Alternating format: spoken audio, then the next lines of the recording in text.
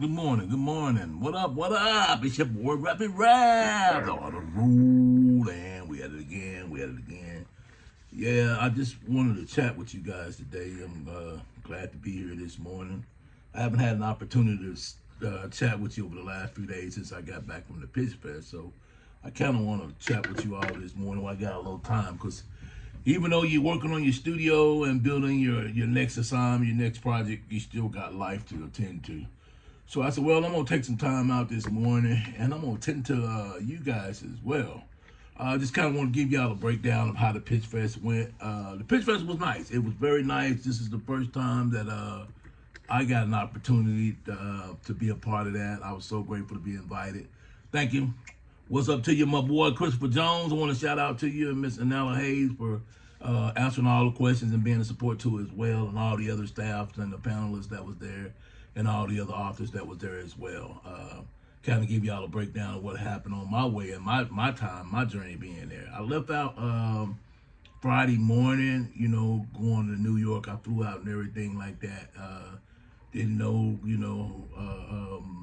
I guess I'm going to just keep it real with you guys like I've been doing it. Didn't know where the money was going to actually come from. My company laid me off at the beginning of the year. But I know that I got a God that I can trust and rely on. And he made a way for me there, and back and all the other things. That's a whole nother story. I'm not going to get into a lot of it, of the logistics of it, but he made a way. I'm going to give him all the credit and glory and the praise for it. I left out Friday morning. I got to New York. My flight was at 8 last week. I got there about 12:20. Flight was pretty good. A little hard on the landing, but overall, it's a good flight. Once I got there, before I got there, I kind of looked at the prices, like what the prices are for transport and transportation. And they had buses, they had shuttles, subways, a lot of stuff I didn't know about. But I ended up using a service called Go Airlink, which was pretty good. I had called them that day. I didn't reserve it online, which you go to New York, you might want to make sure you got a way of getting around and knowing about the city when it comes to transportation wise. Because transportation can be high, anywhere from $50 to $150, $200, depending on who's picking you up, what they're picking you up in, or kind of like Uber. Uber's all over the place. It was Uber that some prices that I seen. I didn't think about Link, but they had a lot of other different services that they were offering out there. So when I got picked up, I had to wait about an hour or so. But anyway, nevertheless, I got to the hotel maybe an hour and a half later because I was trying to find out where the bus was, and the shuttle kept coming out there and was communicating, and the guy that was in front of the guy that was supposed to pick me up, it said Go Air Link as well. So went to him, he was like, no. So I said, okay. Come to find out, I just so happened to look down to the left. The driver was picking up the phone when I was talking. I seen him moving his head and was talking as well. So I said, yeah, that's probably the shuttle. So once I get to the hotel, I stayed at the Trip Hotel in Wyndham, by Wyndham at Times Square, New York Times Square. That's where I stayed at. Police station right next to it. But while I'm in the flight and everything, I'm looking down at New York. New York is one crowded place. It's like cities on top of cities, buildings on top of buildings, blocks. That's what it looked like to me from being in the air. Like blocks on top of blocks on top of blocks. Bridges and stuff everywhere. And once we landed, I got in the shuttle. Once I was, let me back a little bit. Once after I landed and got picked up by the shuttle, and I think the shuttle, there's a tunnel that it goes up under. I didn't know it was water up top. My wife told me that a little bit later.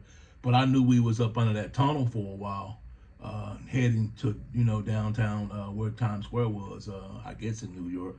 I guess that's considered downtown New York. But anyway, we're in this tunnel for a while. There's 2 lanes, and they're rolling inside of that tunnel. And if you either hit somebody or your car stopped, you kind of like in a bad situation up underneath.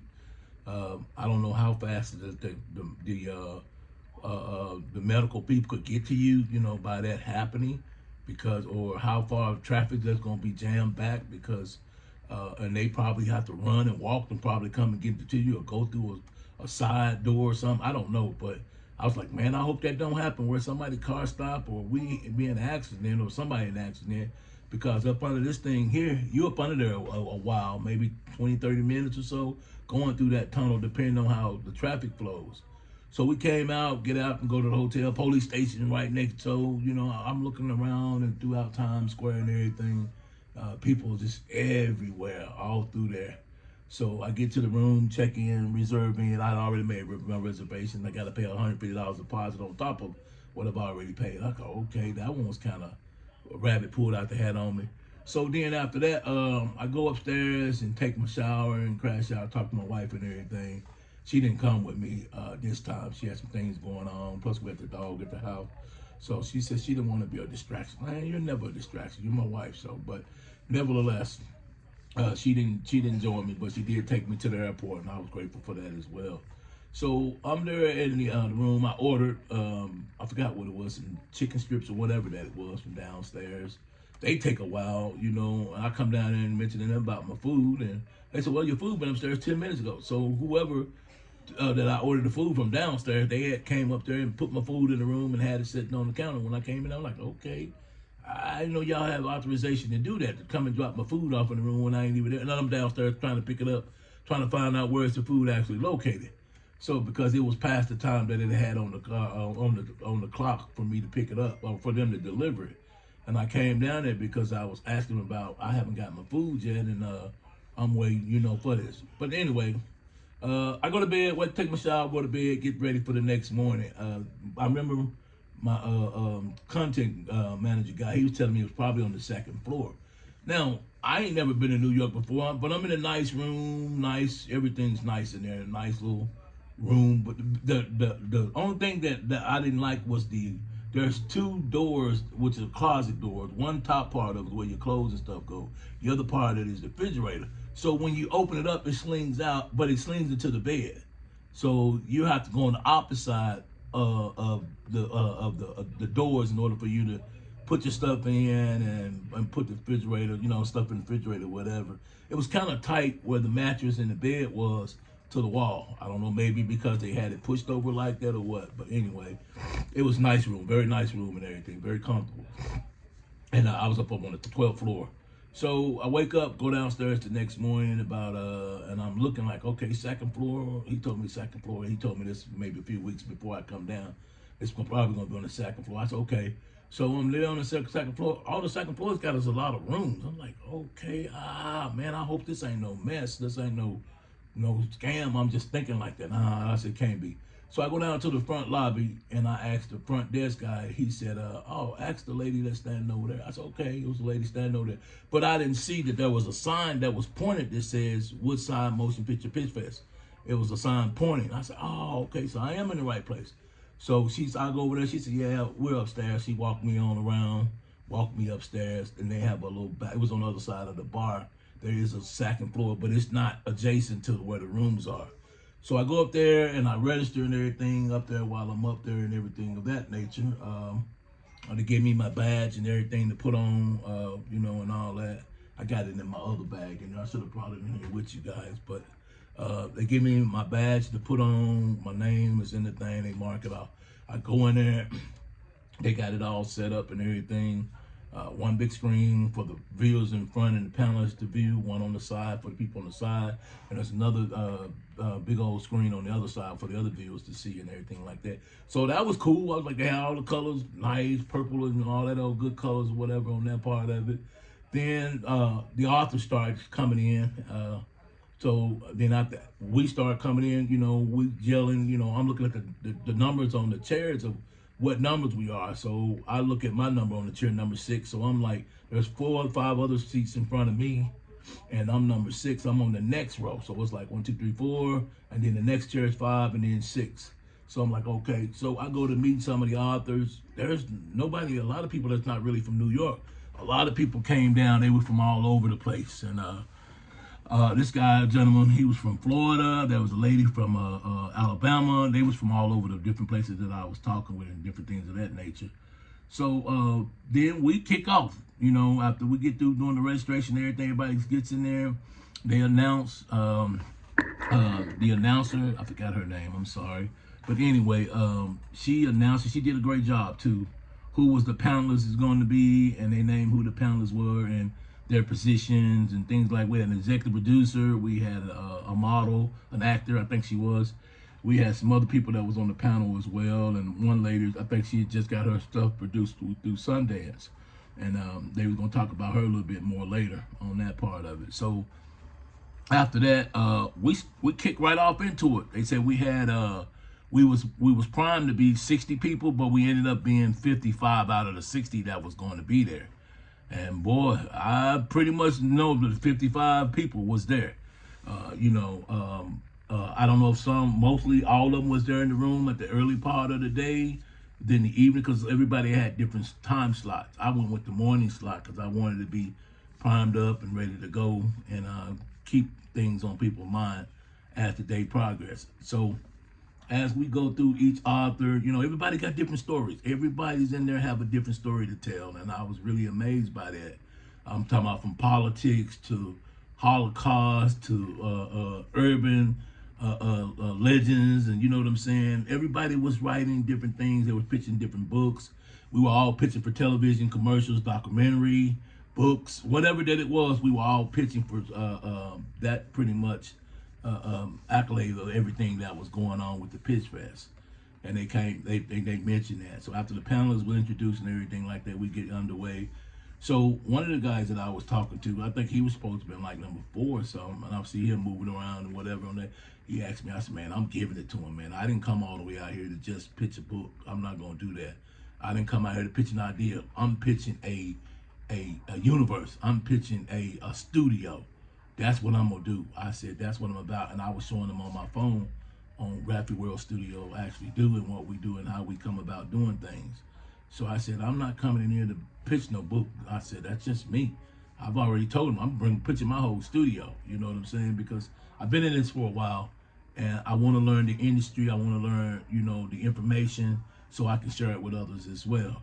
So he listened to me and everything. I said, numbers or whatever the case may be. I may not, but I'm going to say I'm coming in here. I'm giving it to him. So, once I get they called me up. Matter of fact, I moved up from 6 to 5. I'm like, okay, I got one more in front of me. But I'm thinking like that. They said, no, Ralph Bernard McCauley will be presenting Ralphie World Studios. I'm like, I thought I was next. So apparently the guy that was supposed to win before me, he was, I don't know, they was probably trying to get his video or something together. Or I don't know what happened with the situation. But anyway, I go up, they show my video and stuff like that. And, I sent it in. It's what we call a proof of concept.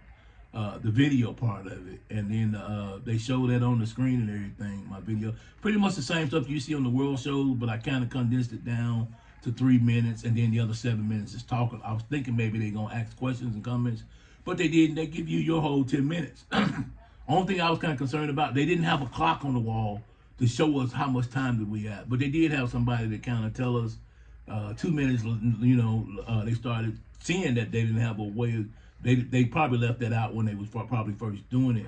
So they had a guy had a card in his hand that had 2 minutes on it, and then the host, she would come and tell us too, your time is almost up, or you got 2 minutes to go, or something of that nature. Because there's some people that are long-winded, like myself.